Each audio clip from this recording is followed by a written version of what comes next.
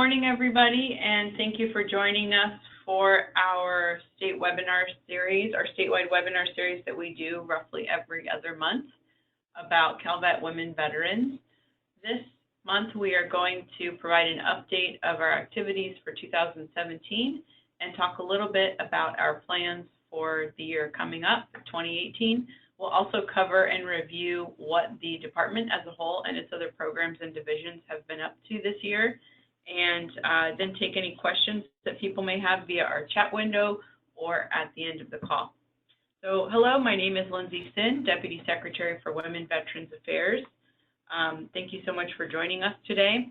If you need to contact our division for anything, questions related to the webinar or otherwise, please contact us at womenveterans@calvet.ca.gov.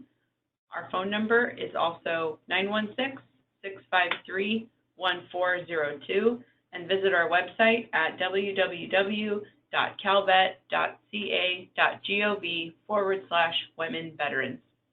So we'll go ahead and get started with a few housekeeping items. If I can ask you all to please mute your phones by pressing *6, that cuts down on background noise. Also, if you have any questions, please ask them in our chat window. You can, if you're using our GoToMeeting software, then you can simply ask a question in our chat window and we can get to it towards our Q&A session at the end. You may also ask a question via the phone if you're calling in, and we'll hold all of our questions till the end of the presentation and then be happy to take any questions or information that you need. So I'm going to go ahead and get started right now. An overview of what our presentation is covering today. We're going to talk a little bit about the Women Veterans Division and what we've been up to. We're also going to cover information for our minorities, our underrepresented Veterans Affairs Division, our Veteran Services Division, our Home Loan Program, our Veterans Homes, our Communications Division, and then cover 2018 activities for women veterans. So some things we've been working on in 2017, my staff and I attended over 30 outreach events this year. So all up and down the state of California, there were lots of activities going on for women veterans. We were able to travel to and make quite a few of those to talk about the benefits and services that CalVet offers, to weigh in on the latest issues and challenges that women veterans in California are facing, and to update everybody about where CalVet has made progress in serving our women veteran population. Right now, we have over 8,000 women veterans who've registered and signed up for our women veterans roster. And we're really glad to see those numbers. The roster helps women stand up and be counted. It lets us know where women are and who they are throughout the state. And it also gives us an opportunity to connect with women via email for any regular updates we have or about upcoming events. And it also helps us announce different things like these webinar calls. But we'd like to see more women get on the roster. So if you know of a woman veteran who is not signed up with us, please encourage her to do so. And that information can be found on our website at calvet.ca.gov/women-veterans. In March, we also hosted our 6th annual Women's Military History Week reception here in Sacramento. Each year we ask Governor Brown to submit a proclamation declaring the 3rd week of March as Women's Military History Week, which is taking place in the month of March, also Women's History Month. And so far, we've been able to put on an event each year through generous sponsors and lots of participation from women veterans. So this last year, in March, we had over 100 women attend the event here in Sacramento and had a great opportunity to recognize 2 fabulous women veterans, Dulce Romero and Deborah Johnson, for their work in advocating for women veterans and serving the population overall. And so we look forward to continuing this event. I can't believe we've put on 6 so far. That's just incredible that we've continued to be able to do that. What's really great is that in the month of March, there are many activities going on for women veterans because of the recognition of that week and because of Women's History Month. So we hope to see many more throughout the state. We also just wrapped up an event that we do in partnership with the Dress Code Project and Courage to Call in the San Diego area. This last weekend, we participated in Operation Dress Code and were able to help over 100 women get access to clothing, accessories, jewelry, shoes, all for free. and these were clothing items and accessories donated generously by communities in San Diego and in Sacramento. And women also got to go to workshops about how to get a state job. They also got tips on resume writing. They also got makeup and hair tips, all focused on helping women transition into the civilian workplace. And we heard some really incredible stories this last weekend about women who had just gotten full-time jobs, who'd been out of work a long time, women who were just graduating from educational programs and about to enter the workforce. It's just a great opportunity to get women some of the clothing they need that they may not have otherwise. And we were so thankful and fortunate to be able to participate in this program. And this is the fourth year that we've done this program with Operation Dress Code. And we look forward to doing it again in the years to come. For education and training, we also put on in 2017, in September, we put on a training webinar in partnership with Swords to Plowshares out of the Bay Area. And this was focused on women veterans and mental health, really examining some of the emerging trends we're seeing in mental health treatments and kind of the landscape of care for women veterans and their mental health needs. And we also featured some programs that are having more innovative responses to how to treat women veterans and their mental health needs. That webinar had over 100 participants as well, and individuals were able to get continuing education credits for certain job fields in mental health as well, having attended that webinar. So we were really happy to see that happen. This was similar to a webinar we did several years ago with Swords to Plowshares on military sexual assault. And so we'll continue to work with organizations such as Swords to Plowshares to put on really good training webinars for the general public and for those serving women veterans and their needs. And then we also conducted 4 or 5 monthly webinar series, this one included. We focused on issues like, back in January, WMSA, the National Women's Memorial, and getting women to sign up for that memorial. That's the only national memorial in the country devoted to women who served in the military. We also focused on great films like Soldier On, Life After Deployment, and we looked again at mental health for women veterans and housing for women veterans. And so we'll continue to find topics that are of interest to women veterans here in California and put these webinars on in the future as well. So to talk a little bit about our Division for Minority Veterans Affairs, otherwise known as Underrepresented Veterans, a couple things that division put on this year. They ran a couple of workshops in the Southern California area in Los Angeles and San Bernardino that helps veterans learn how to get into the appointed process of state government, as well as how to get a state job. This division's also undertaken some new initiatives along with Secretary Vito Imbasciani about focusing on Native American veterans here in California, and that's included 2 tribal meetings that the secretaries attended to listen to Native American veterans and some of their needs and how California may be able to step in and help with that, as well as participating on the very large celebration that happens every year here at Capitol Park called Native American Day. And there we were able to recognize Native American veterans as part of the larger celebration of that day. And so we continue to look at, the division will continue to look at Native American veterans issues and hopes to make progress with these different communities in the future. Some updates from our Veteran Services Division. Our Veteran Services Division is responsible for several programs, including our Transition Assistance Program. This is a new program that really started to gain momentum this last year as we were able to fund and staff it. And so the focus is to create a California-specific transition assistance program similar to what Department of Labor offers when service members are transitioning from the service, but really focused on California-specific benefits and the California community. And so some of the goals with the program are to connect veterans to their benefits, coordinate how the program can be delivered in person or in other mediums like online, as well as to focus on veterans and the needs that their families have as well. And so they're working on continued curriculum development for this program, as well as hosting some outreach events and working with key community partners in how to deliver transition assistance materials to veterans in different populations, such as veterans in community college. So one large event they did this year was in Ventura College, which is in the Los Angeles region, and had more than 50 student veterans attend. and they were able to get great information about their benefits here in California. So more to come on the CalTAP program later.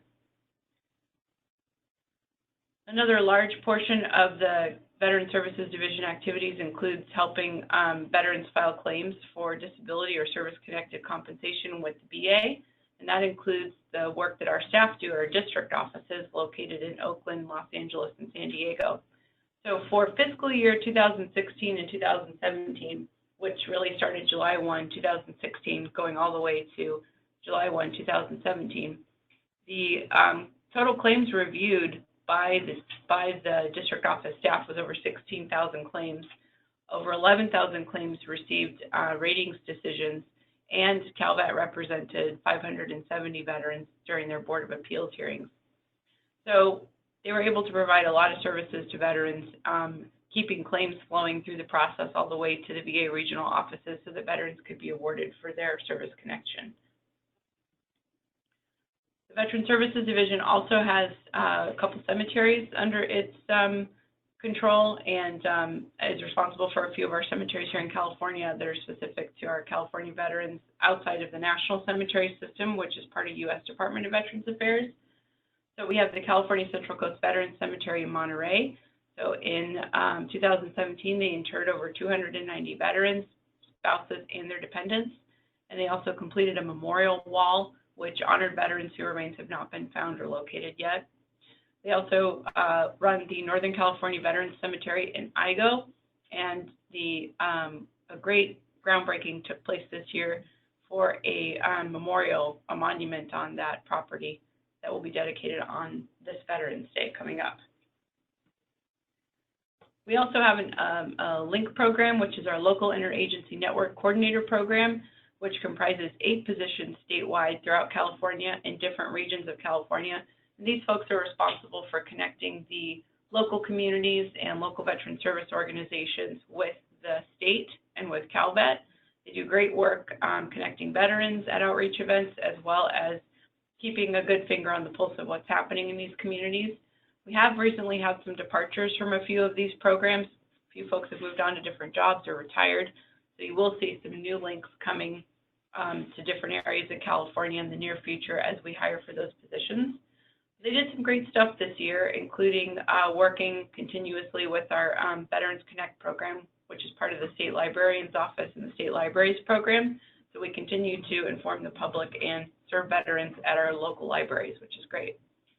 They also did a lot of training, a lot of outreach events, and really also worked to train different staff members of different offices and organizations about how to serve veterans in their area. The Veterans Housing and Homelessness Prevention Act is a great program, which includes the $600 million bond appropriation for CalVet and Housing Community Development Agency to award funds for rehabilitation or builds for veterans housing. And this includes permanent supportive housing, transitional housing, and some affordable rental housing as well. And so far, the program over the last 3 rounds of funding has awarded 55 projects, which totals $238 million throughout the state. And that includes over 2,000 units that are being built right now for veterans throughout the state of California to live in. And round 3 was the latest round of funding that was funded for this year in 2017. It included 15 projects which were awarded, and it was approximately $67 million. And that included, or will be responsible for about 524 units to be built for veterans housing. Going into the next round, which now that round 3 has been awarded, it's time to start planning for the round 4 guidelines and public announcements and considerations. And that will really include incentives to projects that are going to build for what we consider underserved veteran populations. This could be women veterans, this could be veterans with children, this could be veterans in rural areas. And so round 4, the teams plan to really look at projects and to try and incentivize those that need to focus on populations that are not currently served in larger numbers in veterans housing. So more to come on that too. Our mental health program and DVBE program included this year awarding 7 county veteran service officers with over $270,000 in funding for the Proposition 63 or Mental Health Services Grant, Mental Health Services Act money. And so the counties that were funded for this were Contra Costa, Imperial, Orange County, Placer County, San Joaquin, Solano County, and Sonoma County. And their programs focus on different areas with this money, including diversion from incarceration, suicide prevention, and military sexual trauma.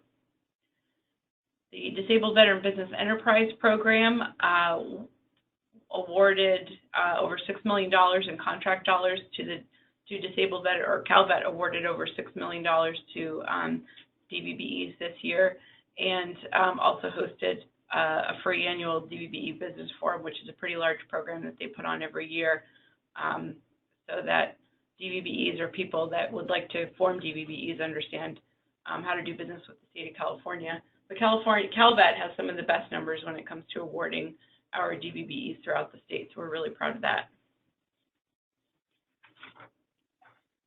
For incarcerated veterans, justice-involved veterans, CalVet continues to have an interagency agreement with the California Department of Corrections and Rehabilitation. That helps us know which veterans of the veterans incarcerated here in California when they're getting out and due to be released, so that we can help them reinstate their veterans benefits and get connected with services that they may need. And that includes our staff going to monthly to visit California prisons and facilities to speak to veterans who may need information about their benefits. We also are involved with our veteran treatment courts throughout the state, of which there are 33 in California, and continue to monitor how those are doing and to help provide tools when they're needed for veterans that are trying to go through a treatment court program in order to avoid incarceration. We also have a home loan program here at CalVet. It's a great, absolutely fabulous program for veterans seeking home loans. And here's some great numbers on that. So 675 veterans were able to get a CalVet home loan program in fiscal year 2016-2017.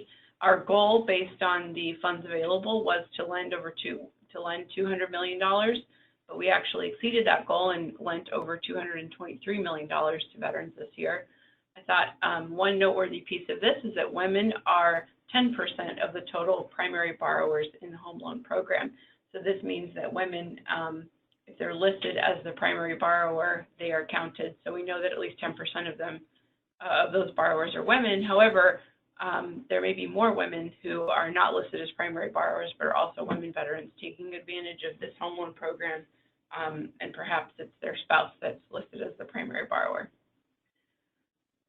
The home loan program also participates in the Residential Enriched Neighborhood Program, or REN program. This is also a great program. It allows veterans to utilize affordable home ownership. So whereas they may not qualify otherwise to get a home loan, this program, through different partnerships with groups like Habitat for Humanity and our home loan program, they're able to put in some sweat equity in these builds and make what would not be an affordable home affordable for veterans. And so these are actual projects that include several units and communities, and include some supportive services for the families around these projects as well. And so in the Santa Clarita Valley, 26 veterans received homes in September 2016, and then and there are more in that build that have received homes prior to that. And then in 2017, two new REM programs have broken ground, one in the Europa Valley, which will be 26 homes, and then one in Palmdale, which will be 56 homes.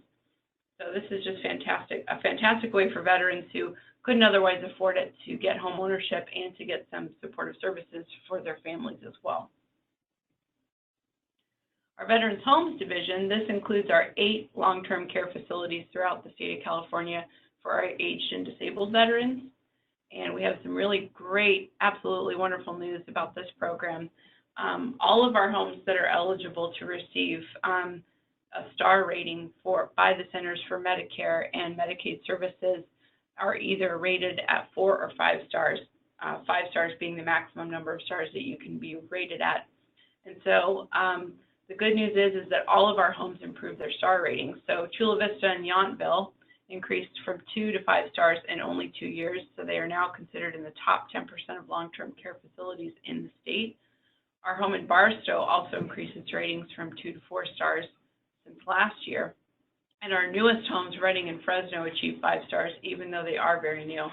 And then West Los Angeles, our home out in West Los Angeles area, is also actively hiring and admitting new residents, which is great news because sometimes there are waiting lists for our homes and waiting lists depending on the level of care that the veteran needs. But some of our homes are currently open and seeking residents as we speak. And so a lot of our homes have undergone some changes in terms of their growth. So West Los Angeles is a good example of that. They just opened a 30-bed dementia care unit this year and have 2 more beds and have 2 more 42-bed skilled nursing units that will be filled in the next 12 months. Okay. So from our communications division, they've been very active in social media and communicating with our veterans throughout the state of California and the public.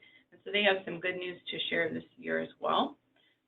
They've launched a new blog called CalVet Connect. We really encourage folks to sign up for this by just going to calvet.ca.gov. And this is a great way to see regular updates from the entire department. And they feature different articles about benefits for veterans, as well as articles on what we're up to, what we've been doing. And they go into some great level of detail about different programs and services here at the department. And so this is a great way to stay informed about what's going on. We have several social media pages throughout the department. If you look up CalVet on Facebook, you can find all of them.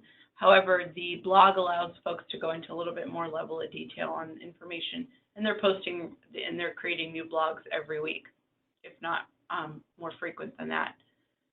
So please, I really encourage everybody to sign up for the CalVet blog at calvetconnectblog.com. And we have some really great writers who are producing that information as well. They're talented people. So a couple other things communications has really worked to grow this year is the CalVet Facebook page. We have 13,000 followers on the CalVet Facebook page. And so every month we're reaching more and more veterans than the month before, the year before. Some of our most popular posts were the California State Fair, the annual MRE Cooking Challenge that we participate in, where at the State Fair on Military Appreciation Day, several veterans and several chefs get together and take an MRE, which many of us have had and didn't enjoy the experience. Take an MRE and turn it into culinary delight of some sort of a really fancy, tasty cuisine. So they're given a few additional ingredients perhaps, and then have to turn the MRE into something that people would actually find edible. They also did several posts on our California driver's license. Now that you can get veteran designation on your California driver's license, those posts were really popular. And of course, unfortunately, a good deal of our veterans populations and California populations were impacted by the Napa fires and several other fires up here in Northern California. And our Yountville Veterans Home actually had to evacuate many of our residents who were at risk or considered an at-risk population for health reasons. We were thankful we didn't have to evacuate all of our residents from Yountville because that would have been over 900 people. But we did do a lot of posts to connect with family members and to connect with the public about how everyone was doing and what the latest status updates were. And so we did get a lot of community engagement out of that information as well. So we're even using Facebook as a tool to make sure that people stay informed and are connected with each other in times of emergency.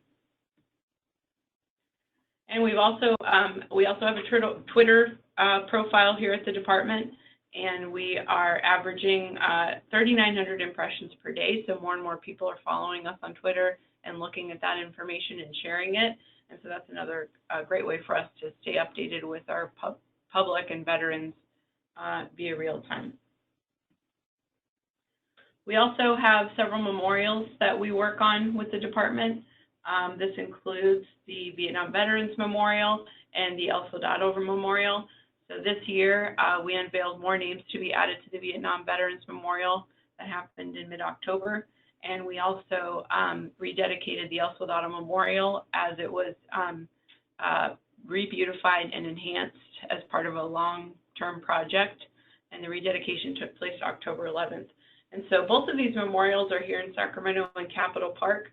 And you can go visit them and just see how moving and important they are to our veterans population. We're really proud of the work that we've done to help continue these memorials, either by adding names to recognize our Vietnam veterans who have fallen as a result of the war, or to recognize the El Soldado Memorial that's dedicated to Latino veterans and to the mothers that originally erected and raised funds to have a memorial in honor of their fallen family members as well. We also participated in recognition of Korean War veterans this year in a partnership with the Consulate General of Korea in the San Francisco office. We held a very large luncheon in the fall that had over 500 Korean War veterans that were honored and recognized with their family members. And that was a really important event because the government of Korea continues to appreciate the sacrifices that our Korean War veterans made in defense of their freedoms. And over 2,400, almost 2,500 veterans in California lost or service members in California, from California, lost their lives in that conflict. So it was a really great way to honor those veterans and have a celebration with the Korean government. Another thing we worked on this year that took a lot of my time as well was our annual leadership summit. For the second year now, we have hosted a 3-day summit here in Sacramento where we invite leaders from organizations across the state, including nonprofit leaders, leaders from the VA regional offices and medical centers, all of those directors, government leaders in the state of California at different agencies, and community leaders in different regions of California. We invite them to come together and to share ideas, network, share best practices, share challenges, and get some training about all of us collectively moving forward to make sure we have a plan of action that helps serve veterans and improve services for them throughout California. So this was our second summit. We had over 150 leaders attend here, and this was in April here in Sacramento, and we are also in the process now of planning the 2018 summit. That'll also take place here in Sacramento in late May. So let's talk about activities that we have for women veterans for 2018. We have some new things that are coming down the pipeline that we're going to work on and release for all of you, and then some continued activities. First and foremost, of course, we're going to have our annual reception in honor of Women's Military History Week, and we plan to do that again sometime around the 3rd week of March 2018. At this time of year, in November, we always start to plan this reception so that we can make sure to get as many people notified and to the event as possible. We also start looking for venues and locations. So we like to take this to different locations and venues throughout Sacramento so that people can enjoy a change of scenery each year. So we're in the process of doing that right now. And then we also select at least 2 women to be honored for our Trailblazer Award. Now, 2018 is kind of a special year. This will be our 7th annual reception, so I think it's a good year for us to really expand this reception as much as possible, perhaps look at awarding more than just 2 women, but award several. So if you have ideas about who you think should be awarded or recognized for their great work in their community, if they've been doing this a long time and need to be recognized as women leaders in their areas, please let us know. We'd be happy to take some input about who should be recognized here in Sacramento for that celebration. And so you all should see an announcement probably January about the date and time and location of the next reception. And then the next thing we're working on, we've actually been working on this project for all of 2017 too. We are planning to release a report about the County Veteran Service Offices and their work on claims for women veterans throughout California. We work really closely with our county offices to help train them, accredit them, fund them, and track the claims that they file on behalf of all veterans here in the state. And it's a great working partnership. But we'd also like to see more women veterans file claims in our CVSO offices. So my division has surveyed all of our counties already to find out where they think best practices in serving women veterans really are, to get a sense of how they interact with women veterans that come into their offices.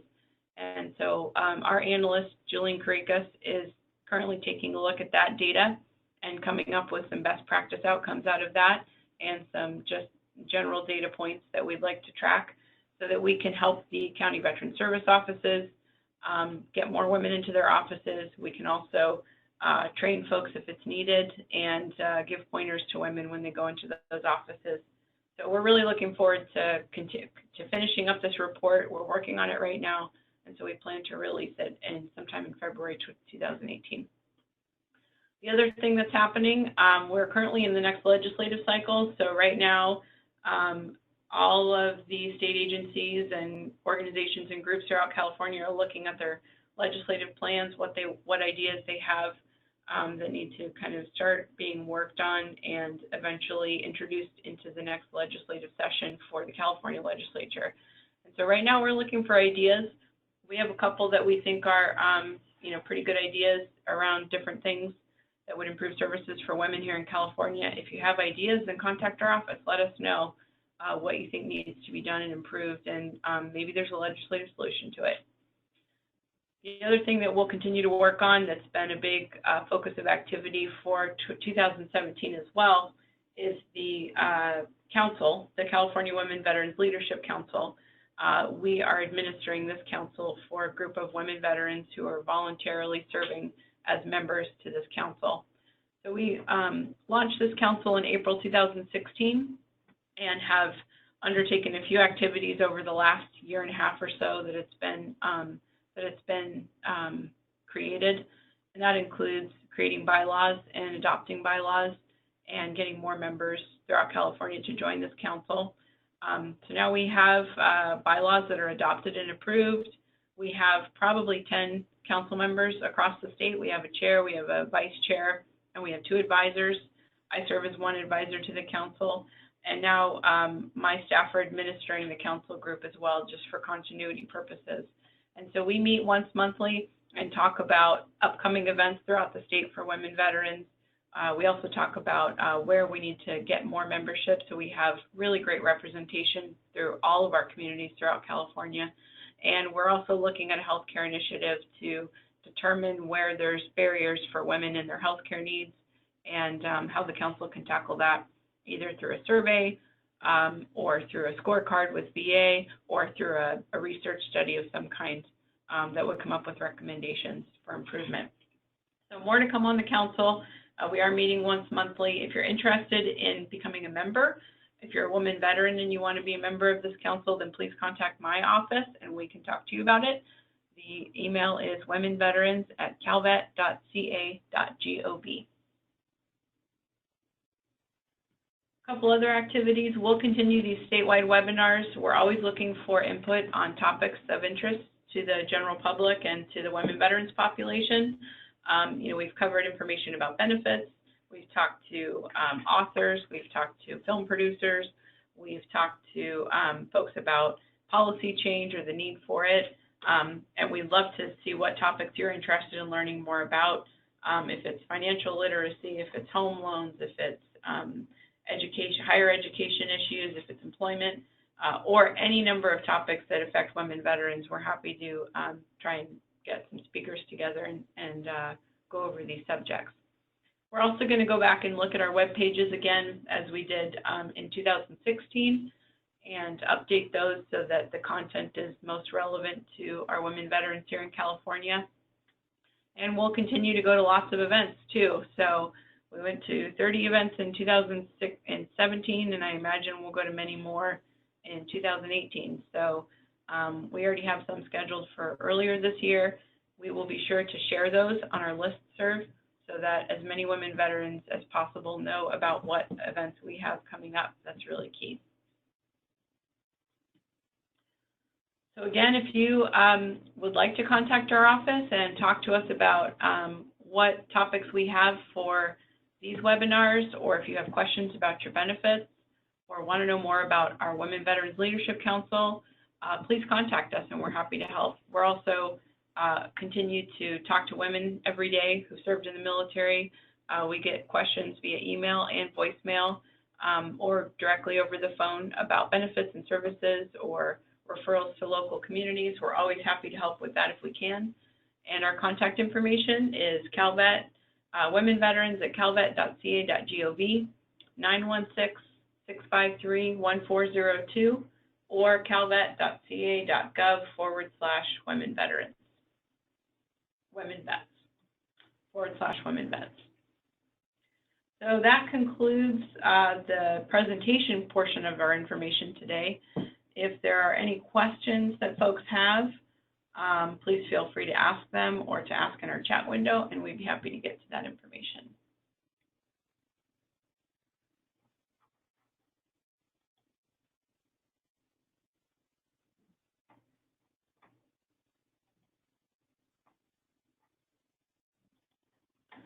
Okay, so I'm going to bring our presentation back up over here. It looks like we may be having some audio issues with our presentation today, as we don't see, it looks like people may be talking, but we're not hearing them.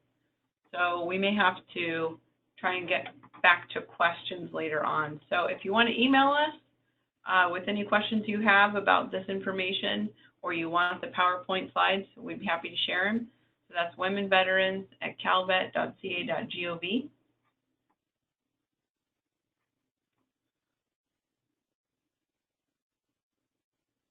All right, and I think that concludes the call. So a couple things to keep in mind. We will be doing this call again in January, and we're looking for topics as well to plan for this next call in January. We're doing these calls every other month, so you'll see one in January, you'll see one again in March, etc.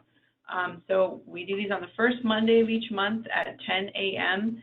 So because the first Monday in January is a holiday, we will schedule this call for January 8th. It'll be Monday, January 8th at 10 a.m. from 10 a.m. to 11 a.m. And we're looking for topics of interest, so please let us know what you want to hear about, and we will see you again next year. I hope everyone has a very happy holiday season and a happy new year as well, and we look forward to speaking with you all next year. All right, take care.